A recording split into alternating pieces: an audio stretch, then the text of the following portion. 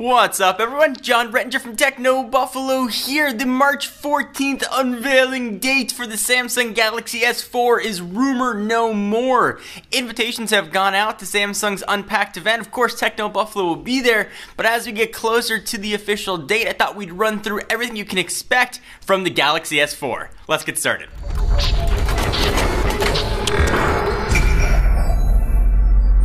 So let's go ahead and start with what you're going to look at all the time, the display. Nearly every single report out there has pegged it at a 4.99-inch display with full 1080p action. So if you've had a chance to take a look at the Droid DNA, you've been looking longingly at the HTC One, you are going to be all set. Samsung's really never disappointed in the display department, so we're expecting a top-notch screen on this phone. 1080p looks beyond awesome on a device. Certainly it's a battery hog, but hopefully Samsung's gonna have us covered with that. But expect a 1080p. So I just mentioned battery. One other thing you could expect to keep your phone juiced is wireless charging. We're expecting Samsung to provide support for wireless charging built right into the Galaxy S4. It's likely going to be based on the Qi technology, which is weirdly spelled QI. The same that's offered in the Nokia Lumia 920 and other handsets with wireless charging support, although it's not really confirmed at this point. The good news though, you'll be able to drop your smartphone right onto a pad and charge it and pick it up and carry it on with you. Also means you'll be able to pick up Qi standard chargers, so if you can pick one up for the Lumia 920 or the Nexus 4 for example, that'll work for you. Anything that's standardized, go ahead, throw it on and get your charge on.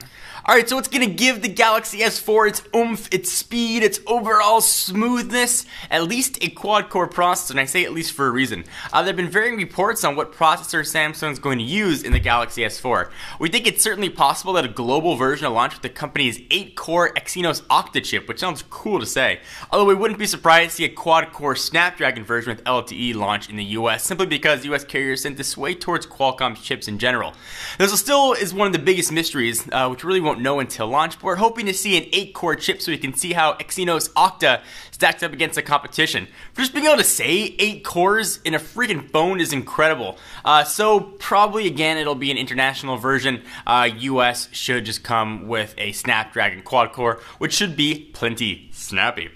Alright, let's talk about carrier-wide availability. This is obviously really important to note. Samsung's been really successful in getting its handsets on a large number of carriers. It launched the Galaxy S2 on Verizon, AT&T, Sprint, and T-Mobile, then followed suit with the Galaxy S3 on all the same carriers. So it's no surprise the phone sells well because you can get it pretty much everywhere. We think the same is going to be true for the Galaxy S4, so no matter what carrier you're on, if you're used in the US, you should be all set. Now for the bad news. No S Pen. The first rumors we heard about the Galaxy S4 suggested Samsung was going to include S Pen in its upcoming device. However, during briefings with Samsung over the past week, we've learned the company wants to separate its Note products from other devices in its lineup. As such, we think the Galaxy S4 is going to launch without S Pen support, and Samsung will continue to use that utensil in its Note branded products only. It sounds like a fork. In other words, we'll likely only see it on the next Note phone, the Galaxy Note 3, which we should see at IFA towards the end of 2013.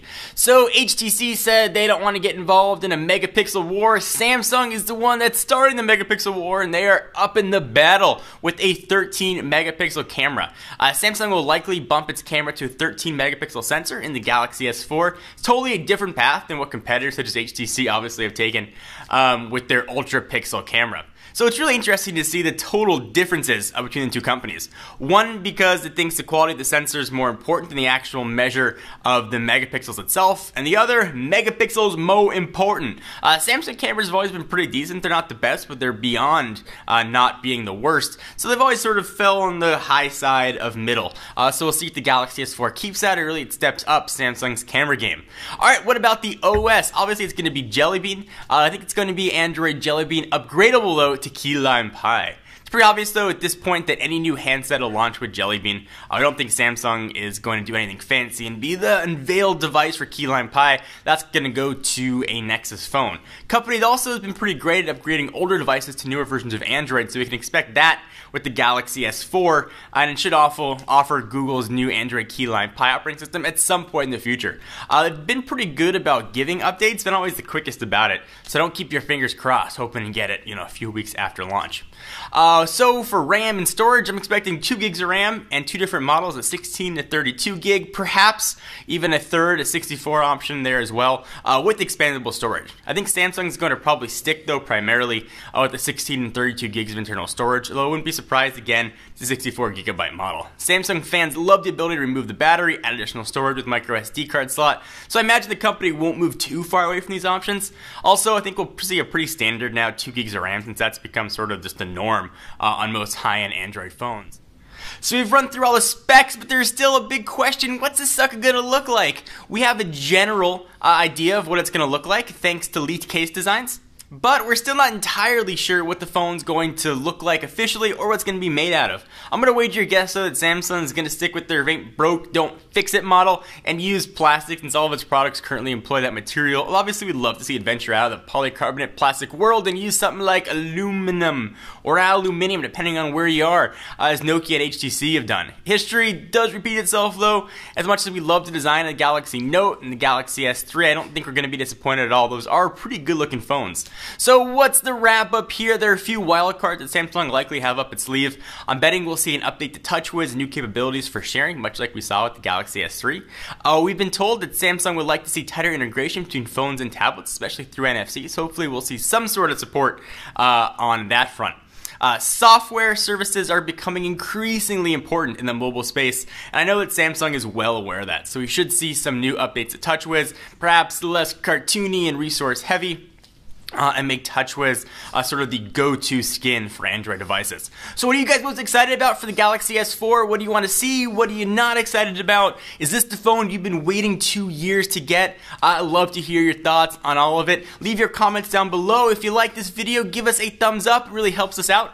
Check us out at technobuffalo.com for latest and greatest tech news. I'm John Rettinger, and I'll see you in the next video.